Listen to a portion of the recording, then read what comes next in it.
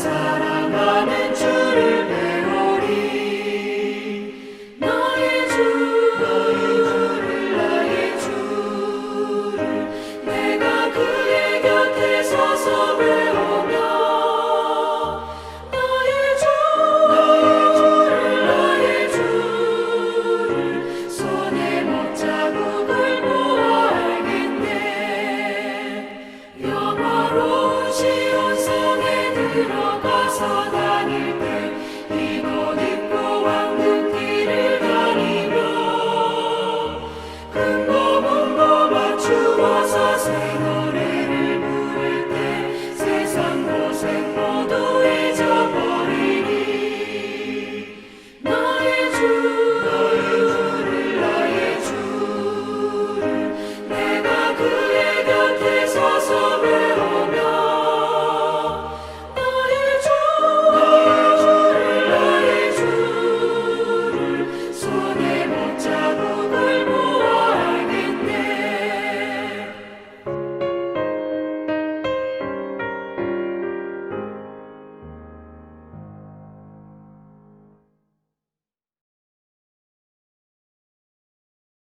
할렐루야. 오늘 수요예배 말씀은 히브리서 11장 13절에서 16절을 중심으로 더 나은 본향을 사모하라 라는 제목으로 은혜를 나누고자 합니다. 요한복음 5장 39절 말씀에 너희가 성경에서 영생을 얻는 줄을 생각하고 성경을 연구하거니와 이 성경이 곧 내게 대하여 증언하는 것이니라 라고 말씀하고 있습니다. 또한 사도 바울은 디모데에게 디모데후서 3장 16절 17절에 모든 성경은 하나님의 감동으로 된 것으로 교훈과 책망과 바르게 함과 의로 교육하기에 유익하다라고 말씀하고 있습니다. 여기에서 예수님께서 말씀하신 요한복음의 성경이나 사도 바울이 말하고 있는 모든 성경은 모두가 다 구약 성경을 의미합니다. 따라서 성경 전체의 주제가 예수 그리스도이신 것을 알 수가 있습니다. 모든 길은 로마로 통한다라는 말이 있습니다. 여기에는 두 가지 의미가 있습니다. 첫 번째는 말 그대로 길을 낸다라는 뜻입니다. 로마는 세계로 길을 내며 뻗어나간 제국이었습니다. 그래서 로마에서 세계 여러 나라로 길이 통하도록 도로를 정비했다는 것입니다. 두 번째는 로마 권력을 상징합니다. 로마 제국이 막강할 때는 정복당한 모든 나라가 로마법을 따라야 했습니다. 그래서 이 문구가 생겨 지금까지도 전해오고 있는 것이죠. 우리는 이 말을 모든 성경은 예수로 통한다라고 바꾸서 말해볼 수 있습니다. 성경의 어느 부분을 열어서 묵상을 해도 그 결론이 예수 그리스도로 연결이 될 수 있다는 말씀입니다. 예수 그리스도는 우주 만물을 지으신 하나님이 이 땅에 사람의 모습을 입고 오신 분이십니다. 인류의 죄의 문제를 해결하고 구원을 이루시기 위함입니다. 예수 그리스도께서 이 땅에 인간의 모습으로 오시기 전에 하늘에서는 삼위 하나님의 거대한 계획이 있으셨습니다. 그것은 내가 이 땅에 인간의 모습으로 내려가서 이렇게 행하겠다라는 계획이 그것입니다. 그 계획을 이루시기 위해서 하나님은 한 민족을 선택하셨는데 바로 유대 민족입니다. 하나님께서 인간의 모습을 입고 이 땅에 오셔서 이렇게 행하시겠다라는 그 약속을 성경 속에 담아 두신 것입니다. 특별히 그 성경 가운데 7가지 절기를 통하여 예수 그리스도의 전체 사역을 드러내기를 원하셨습니다. 레위기 23장에는 유대인들에게 지키라고 명령하신 7대 명절, 곧 7대 절기가 기록이 되어 있습니다. 이 7대 명절을 예수 그리스도의 구원 사역을 그렇게 보여주는 귀중한 통로인 것입니다. 첫째가 유월절이요, 둘째가 무교절이요, 셋째가 초실절이요, 넷째가 오순절 또는 맥주절 77절이고, 다섯째가 나팔절이요, 여섯째가 속죄절이요, 일곱째가 장막절 곧 초막절 수장절인 것입니다. 이 가운데 지난 주일에 맥주 감사 주일로 지키는 날이지만 먼저 초실절에 대해서 살펴보는 시간을 가졌습니다. 왜냐하면 맥주절의 기본 전제는 초실절이 이루어진 자들에게 나타나는 현상이 오순절의 축복이기 때문입니다. 이와 같은 이치로 초실절의 축복이 임하려면 이보다 앞선 무교절과 유월절이 이루어진 성도라야 합니다. 그래서 다음 주일에 무교절에 대하여 말씀을 전한다고 미리 광고를 했던 것입니다. 각 절기마다 예수께서 행하신 일들을 교훈하고 있습니다. 예수께서 이 땅에 오시기 전에 이미 계획하신 일이라고 했습니다. 유월절은 예수께서 이 땅에 오셔서 이렇게 죽으리라는 계획을 이루신 절기입니다. 무교절은 예수께서 이렇게 묻히리라는 계획을 또한 이루신 절기이죠. 초실절은 예수께서 이렇게 부활하리라라는 계획을 이루신 절기입니다. 오순절은 예수께서 이렇게 성령을 보내주리라는 계획을 이루신 절기입니다. 나팔절은 예수께서 이렇게 다시 오리라는 계획을 이루실 절기입니다. 속죄절은 예수께서 이렇게 성도들을 성결케 하리라는 계획을 이루어 가실 절기고요.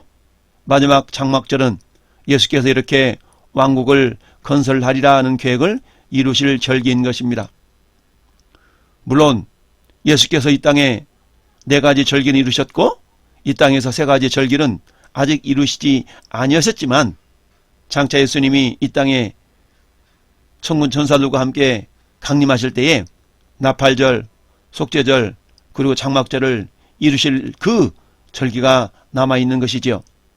그렇다면 예수님은 이러한 계획 속에서 사람의 모습으로 이 땅에 오셨고 계획대로 죽으시고 묻히시고 부활하신 후에 승천하시고 성령을 보내주셨습니다. 이제는 천사들의 나팔 소리와 함께 천국의 영혼들과 함께 예수님의 신부들을 맞이할 혼인잔치를 위해 공중으로 다시 오실 것입니다. 그리고 거룩한 신부들을 불러서 공중에서 혼인잔치를 하게 됩니다. 이때 하늘에서는 새 예루살렘 성이 내려오게 됩니다. 새 예루살렘 성에 들어갈 자들을 구별하는 속죄제를 완성하시고 이렇게 예수님의 신부된 성도들로 새 예루살렘 성을 완성하게 됩니다. 이런 하나님의 거대한 계획 속에서 우리 성도들이 해야 할 일은 무엇일까요? 그것은 각 절기마다 우리들이 믿음으로 예수 그리스도와 연합하는 것입니다. 즉 주님과 연합한 삶을 사는 것입니다. 이것이 신앙의 성숙이고 성화의 과정인 것입니다. 그런데 이러한 일이 그저 순적하게 이루어진다면 얼마나 좋겠습니까? 절기 하나하나가 완성되어 나감에 따라 자기의 때가 얼마 남지 않은 것을 안 마귀는 어떻게 해서든지 예수님의 신부될 성도들의 신앙생활을 방해하려고 이 모양 저 모양으로 미혹하며 거짓으로 속이며 믿음에서 떠나도록 역사하고 있습니다. 그래서 주님은 절기를 통해 이루실 예수님의 왕국에 합당한 신부들이 되도록 믿음을 심어주고 계신 것입니다. 지난 주일에는 그래서 초실절의 은혜를 사모하라는 제목으로 말씀을 전했습니다. 초실절은 이스라엘 백성들이 농사를 지어서 가장 먼저 추수하는 곡식단 한 단을 제사장에게 가지고 가서 흔들어 드리는 제사인 요제와 번제와 소제와 전제를 드리는 절기다라고 말씀을 드렸습니다. 유대인들에게 있어서 초실절은 이처럼 농사를 주관하시는 하나님의 은혜에 감사하며 생명을 공급하심에 감사하는 절기입니다. 이는 또한 구속사적 의미로는 마치 죽어있던 토지에서 곡식이 싹을 내며 알곡을 내는 것이 죽어서 장사된 예수님께서 부활하신 것을 상징하는 것과 유사함을 나타내 줍니다. 따라서 초실절의 은혜가 임했다는 것은 죄와 허물로 죽었던 우리를 예수 십자가의 공로로 살리셔서 하나님의 자녀 삼으시고 옛사람의 성품을 버리고 새 사람을 입은 자들로서 예수님께 철저하게 주권을 이양해 드리는 자의 삶의 모습을 보이는 것입니다. 이러한 자들에게 임하는 2가지 축복이 있는데 첫째는 삶에 대한 부활의 열매가 그것이고요. 물론 무교절을 이룬 자들에게 나타나는 결과로서 열매인 것이지요. 이 모습을 성경 에스겔서에서는 이렇게 설명하고 있습니다. 에스겔 37장 11절부터 13절에서 또 내게 이르시되 인자야 이 뼈들은 이스라엘 온 족속이라. 그들이 이르기를 우리의 뼈들이 말랐고 우리의 소망이 없어졌으니 우리는 다 멸절되었다 하느니라. 그러므로 너는 대언하여 그들에게 이르기를 주 여호와께서 이같이 말씀하시기를 내 백성들아 내가 너희 무덤을 열고 너희로 거기에서 나오게 하고 이스라엘 땅으로 들어가게 하리라. 내 백성들아 내가 너희의 무덤을 열고 너희로 거기에서 나오게 한즉 너희는 내가 여호와인 줄을 알리라 라고 말씀하셨습니다. 에스겔 선지자는 주전 565년경에 바벨론의 남유다가 멸망을 당하기 전에 여호야긴 왕 때에 바벨론으로 포로로 끌려간 그곳에서 활동했던 포로기 선지자입니다. 북이스라엘이 북방 아수리에게 멸망을 당한 후에 남유다마저도 신흥제국 바벨론에게 멸망을 당해가는 시기입니다. 남유다의 마지막 선한 왕이었던 요시아 왕이 전쟁에서 사망하면서 유다의 국군은 기울어 가기 시작했습니다. 모두 세 차례에 걸쳐서 유대인들은 바벨론의 포로로 끌려가게 됩니다. 주전 605년경 여호야김 왕 때가 첫 번째이고 주전 597년경 여호야긴 왕 때가 두 번째이고 주전 586년에는 예루살렘이 완전히 함락되고 멸망을 당한 시드기야 왕 때가 세 번째입니다. 에스겔 선지자는 여기서 두 번째 포로로 끌려갔던 시기에 바벨론 그발 강가에서 하나님께서 나타나셔서 말씀하신 것을 기록한 성경이 에스겔서입니다. 에스겔 36장 38절은 이렇게 말씀합니다. 제사드릴 양 때 곧 예루살렘에 정한 절기의 양무리 같이 황폐한 성읍을 사람의 때로 채우리라. 그리한즉 그들이 나를 여호와인 줄 알리라 하셨느니라 라고 말씀합니다. 여기에서 정한 절기는 이스라엘 백성들이 지켰던 7가지의 절기를 의미합니다. 이처럼 각 절기 때마다 유대인들은 예루살렘 성으로 올라가서 예물을 드리며 제사를 드렸던 것이죠. 그러나 지금은 포로로 바벨론으로 끌려온 상태이기 때문에 이러한 유대인들에게 있어서 하나님은 에스겔 선지자를 통해 회복의 메시지를 전하고 계신 것입니다. 왜냐하면 이들은 포로기 생활 동안에 예루살렘에 올라가 제사를 드릴 수가 없는 그런 상태였던 것이기 때문이죠. 유대인들은 바벨론에서 70년 동안 포로 생활을 해야만 했습니다. 포로 생활 가운데 하나님의 뜻과 하나님의 견해와 하나님의 의지를 거역하고 자신들의 뜻, 자신들의 견해, 자신들의 의지대로 살았던 것을 내려놓는 자기 비움의 삶을 사야만 하는 것입니다. 그러한 가운데 하나님은 에스겔 선지자에게 에스겔 골짜기의 마른 뼈 환상을 통해서 하나님은 초실절의 은혜를 회복시켜 주실 것을 약속하셨습니다. 에스겔 37장 11절 말씀에 아주 마른 뼈들 같았고 이제 마치 멸절되었던 뼈 같던 이스라엘 온 족속들을 향해서 내가 너희 무덤을 열고 너희로 거기에서 나오게 하고 이스라엘 땅으로 돌아가게 하리라 라고 말씀하셨습니다. 또한 에스겔 37장 12절에는 내가 너희 무덤을 열고 너희로 거기에서 나오게 한즉 너희는 내가 여호와인 줄을 알리라 라고도 말씀하셨습니다. 그렇습니다. 무덤은 사망을 상징합니다. 무덤은 죽은 자들을 처리하는 장소입니다. 무덤은 그래서 단절의 장소요, 생명이 없는 장소인 것이지요. 지금 이스라엘 백성들은 바벨론의 포로로 끌려가서 살아가는 모습이 이와 같다라는 것입니다. 살아서 숨은 쉬지만 마치 바짝 마른 뼈들처럼 생기도 없고 스스로 움직일 수 없는 시체와도 같은 존재들인 것이죠. 그런데 이와 같은 이스라엘 자손들을 마치 무덤 문을 열고 썩어 냄새나는 나사로를 향해 나사로야 나오너라 라고 외쳤던 예수님의 모습처럼 이스라엘 온 족속들에게 새 생명을 불어 넣으시겠다라는 것이죠. 영적으로 말하면 초실절의 은혜를 부어주시겠다라는 겁니다. 부활의 은혜를 주시겠다는 것이죠. 초실절은 삶의 부활과 영혼의 부활의 은혜를 받는 날입니다. 단절되었던 관계, 묶여있던 관계 등 우리들의 삶에 필요한 생명의 관계가 살아나는 은혜가 임하는 날인 것이지요. 이게 어떻게 가능할까요? 그것은 초실절의 주인공이신 예수님께 연합함으로 가능하게 됩니다. 절제하게 내 생각을 내려놓고 주님의 생각과 일치시키며 주님의 마음으로 살아갈 때 가능한 것입니다. 이런 삶을 살아가는 자들에게는 이와 같은 삶의 부활의 열매가 맺히게 되는 것이죠. 예수님 마태복음 7장에서 열매로 그들을 알리라 라고 말씀하고 있습니다. 초실절을 이룬 자들에게는 이러한 열매가 맺힌다는 것입니다. 그렇다면 나에게는 이러한 부활의 열매가 맺히고 있는가를 늘 점검할 수 있어야 합니다. 만약 이와 같은 부활의 열매가 맺히지 않고 있다면 초실절보다 앞단계 절기인 무교절 또한 유월절의 신앙을 점검해 보아야 하는 것입니다. 주님은 우리 모두가 삶의 부활을 경험하기를 원하십니다. 그리고 내가 여호와인 줄을 알리라 하는 말씀처럼 우리들이 주님의 영광을 드러내기를 원하십니다. 이처럼 구속사적 의미로는 주님의 부활을 상징하지만 성도들의 심령에는 삶의 부활과 영혼의 부활이 이루어져야 하는 것이지요. 내 영혼의 부활이 이루어지고 있다는 것은 무엇일까요? 물론 부활은 미래의 일입니다. 부활은 예수 그리스도께서 공중재림하실 때에 나타나는 열매인 것입니다. 그럼에도 불구하고 초실절의 은혜로 성도들의 심령에는 영혼의 부활과 삶의 부활의 열매가 맺혀지게 되어 있습니다. 그것은 부활에 대한 소망이 확실해진다는 것을 의미합니다.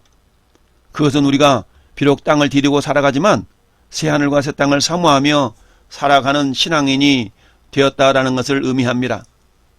오늘 본문의 히브리서 11장을 우리는 믿음장이라고 말씀합니다. 여기서 믿음을 정의하기를 믿음은 바라는 것들의 실상이요 보이지 않는 것들의 증거라라고 말씀하고 있습니다. 이는 육신의 눈으로는 보이지 않는 것들을 믿음의 눈으로 바라보고 소망할 때에 현실로 이루어질 것을 믿는 것을 말씀합니다. 그래서 많은 성경의 인물들이 이러한 믿음을 가졌노라고 성경은 말씀하고 있습니다. 아벨, 에녹, 노아, 아브람, 사라 등의 사람들을 설명하면서 믿음의 사람이라고 칭찬을 하고 있습니다. 이들은 처음부터 믿음을 가졌던 것은 아닙니다. 이들도 영적으로 유월절과 무교절을 지켰기 때문에 부활의 믿음을 가지는 초실절의 은혜가 임했던 것입니다. 이들이 가졌던 부활신앙을 오늘 본문은 어떻게 설명하고 있는가를 보겠습니다. 첫째, 이들은 모두 믿음을 따라 죽었다라고 설명합니다. 즉, 이 믿음은 죽어도 다시 사는 믿음이요 부활의 믿음인 것이지요. 이 믿음을 가진 자들은 10절 말씀에 하나님이 계획하시고 지으실 터가 있는 성을 바랐다라고 설명합니다. 이들이 바랐던 성은 하늘에서 내려올 새 예루살렘 성인 것입니다. 요한계시록 21장 9절에 7 대접을 가지고 마지막 7 재앙을 담은 7 천사 중 하나가 나와서 내게 말하여 이르되 이리 오라, 내가 신부 곧 어린 양의 아내를 내게 보이리라 하고 성령으로 나를 데리고 그 높은 산으로 올라가 하나님께로부터 내려오는 거룩한 성 예루살렘을 보이니라고 말씀합니다. 사도 요한에게 천사는 어린 양의 아내를 내게 보이리라 라고 말하고서는 높은 산으로 올라가서 하나님께로부터 하늘에서 내려오는 거룩한 성 예루살렘을 보여주었습니다. 이는 하나님의 어린 양, 즉 예수님의 신부들이 곧 거룩한 성 예루살렘을 이루는 그런 사람들이 된다라는 말씀입니다. 이러한 새 예루살렘 성을 바라보는 믿음이 있었기에 이 땅에서의 삶을 오늘 본문 13절 하반절 말씀은 땅에서는 외국인과 나그네임을 증언하였다라고 기록하고 있습니다. 우리들이 외국에 여행을 한다고 생각해 보십시다. 마냥 언제까지 여행만 할 수는 없습니다. 때가 되면 귀국해서 자기의 집으로 돌아가야만 합니다. 돌아가야 할 자기 집은 곧 하늘의 새 예루살렘 성인 것입니다. 또한 나그네처럼 살다고 말씀합니다. 나그네는 사전적인 의미로는 제 고장을 떠나 다른 곳에 머물거나 떠도는 사람이라고 정의하고 있습니다. 즉 돌아갈 자기의 고향이 있다는 것이죠. 우리가 돌아가야 할 고향은 영원한 하늘나라인 것입니다. 따라서 초실절이 이루어진 사람은 이처럼 이 땅의 삶에 매여서 하늘의 새 예루살렘 성을 잊고 살지 않는다는 것입니다. 이 시간 우리들의 신앙의 모습을 돌아볼 수 있기를 바랍니다. 요즘 여야 할 것 없이 많은 정치인들이 매스컴에서 다주택자라는 꼬리표 때문에 곤욕을 치르고 있습니다. 문재인 정부 들어서 어떤 사람은 24억을 벌었느니 17억을 벌었느니 난리 법석을 떱니다. 2030 세대들이 평생을 벌어도 자기 집을 살 수 없다는 패배의식 때문에 대통령의 지지도가 떨어졌다는 기사도 있습니다.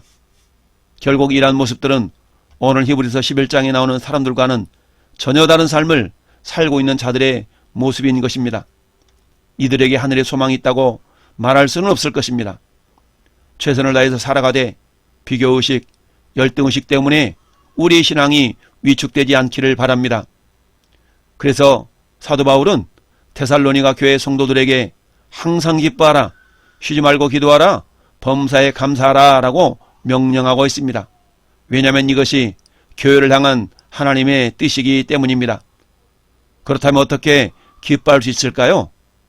하늘에 더 좋은 부활의 미림이 있으면 가능합니다. 우리 남은 인생은 더 좋은 부활의 영광을 위하여 살아갈 수 있기를 바랍니다. 쉬지 말고 기도하라는 것은 주님과의 소통이 끊어지지 않게 하라는 것입니다. 우리는 세례를 통해서 주님과 연합을 이룬 자들입니다. 주님이 내 안에, 내가 주님 안에 연합을 이루고 살아가는 존재가 성도인 것이지요. 또한 범사에 감사할 수 있는 것은 생명의 주관자가 하나님이시며 그 하나님의 매 순간 우리들의 살아갈 생명을 공급해 주신다는 사실을 믿고 있기 때문입니다.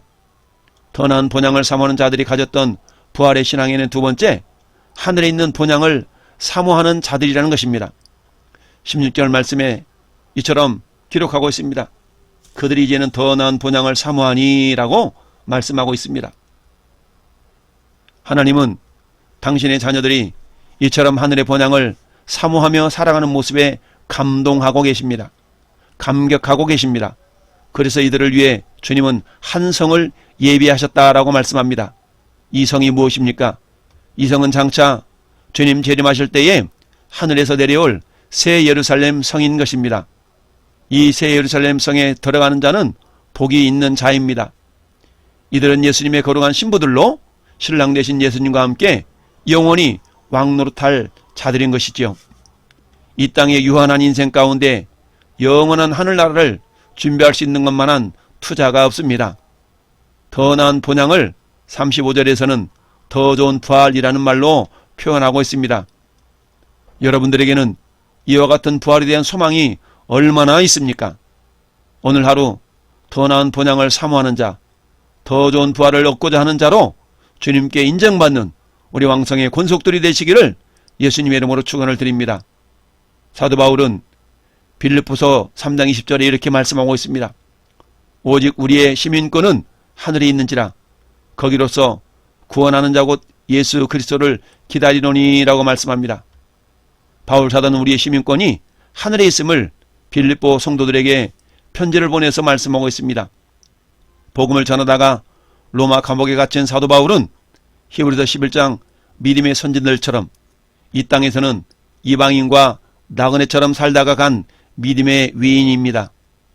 많은 사람들이 미국 시민권을 얻으려고 별의별 수단을 다 동원합니다. 왜 그럴까요? 그만큼 미국 시민이 되면 누리게 되는 혜택이 많기 때문입니다.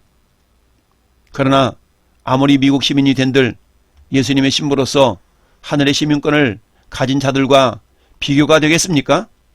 저와 여러분들은 바울 사도처럼 오늘 본문의 믿음의 선진들처럼 예수님이 그리하셨던 것처럼 하늘의 시민권을 가진 자들로서 유한한 인생 가운데 영원한 하늘의 영광을 준비하는 지혜로운 자들이 되시기를 예수님의 이름으로 축원을 드립니다.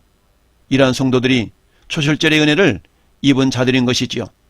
우리 남은 인생을 육으로 심어 영을 거두는, 썩을 것으로 심고 썩지 않을 것으로 다시 살아나는 더 좋은 부활의 주인공들로 살아갈 수 있기를 예수님의 이름으로 축원을 드립니다. 아멘. 이제는 부활의 첫 열매가 되셔서 우리에게 부활의 소망을 주시는 우리 구주 예수 그리스도의 은혜와 아들의 신부될 우리를 위하여 새 예루살렘 성을 준비하신 아버지 하나님의 크신 사랑하심과 더 나은 본향을 사모하는 마음을 주셔서 세상을 이기는 믿음을 역사하시는 성령님의 내주교통 가망없는 역사하심이 모든 성도들 머리 위에와 이 나라의 민족 위에 영원토록 함께 있을지어다. 아멘.